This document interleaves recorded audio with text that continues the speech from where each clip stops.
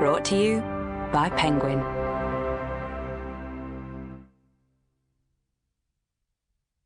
How to Feed the World by Vaclav Smil. Read by Joe Jameson. Introduction. Catastrophism has a long historical pedigree, and worries about feeding the world have been with us ever since Thomas Robert Malthus published his Essay on the Principle of Population in 1798, with its warning that the power of population is indefinitely greater than the power in the earth to produce subsistence for man. Thus was born the idea that the human population grows more rapidly than the food supply until checks on that growth, famine, war, or disease, reduce the population, and therefore, over time, the population remains stagnant. But it is telling of the extent of half-remembered truths in the history and science of food production that on a closer look, even Malthus was not a Malthusian after all. The second, 1803 edition, reveals him to be more optimistic. Though our future prospects may not be so bright as we could wish, yet they are far from being entirely disheartening, and by no means preclude that gradual and progressive improvement in human satiety. Sadly, facts are of little concern to those who sell agendas.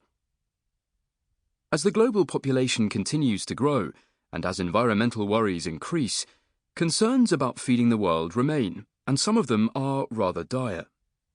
For example, in The Guardian in May 2022, British writer and political activist George Monbiot claimed that the global food system is beginning to look like the global financial system in the run-up to 2008. While financial collapse would have been devastating to human welfare, food system collapse doesn't bear thinking about. Yet the evidence that something is going badly wrong has been escalating rapidly. This is just one example in a sea of dubious claims and outright misinformation. Over the past decade, I have been repeatedly exasperated by people's poor understanding and sheer ignorance of life's many basic realities, be they concerning organisms or machines, crops or engines, food or fuels. So should you be worried about the global food system? Do you live in a place that will be blighted by famine in the coming decades?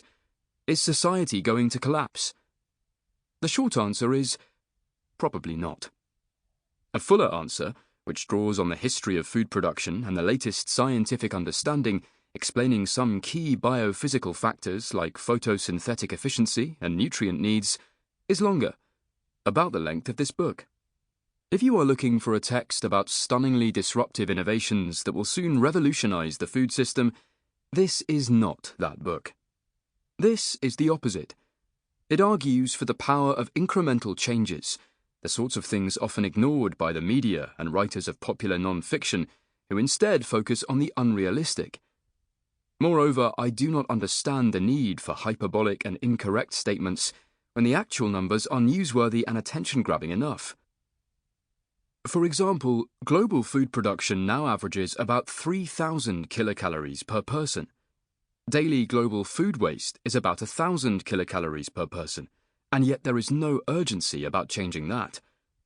If you were constantly losing a third of your income, you'd try to do something about it. This book looks at such realities. Why have we domesticated such a small number of plants and animals to produce food? If our ancient ancestors had today's evidence at hand, would they choose differently? What do the best available studies say about the latest diet fads, from keto to avoiding ultra-processed foods? Looking ahead to 2050, will the world have freed its livestock and be living in a techno-vegan utopia, fueling our guilt-free existence with plant-based or lab-grown meat substitutes? I am a proponent of reducing our meat intake. A third of global cereal production and 2/3 of the US grain harvest is fed to animals. But if doing so means eating more fruits and nuts, for example, then it may not be any better for the environment.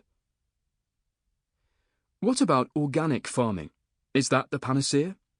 In previous centuries, where the available technology meant that all farming was organic, commonly 80% of people worked in farming, doing unglam.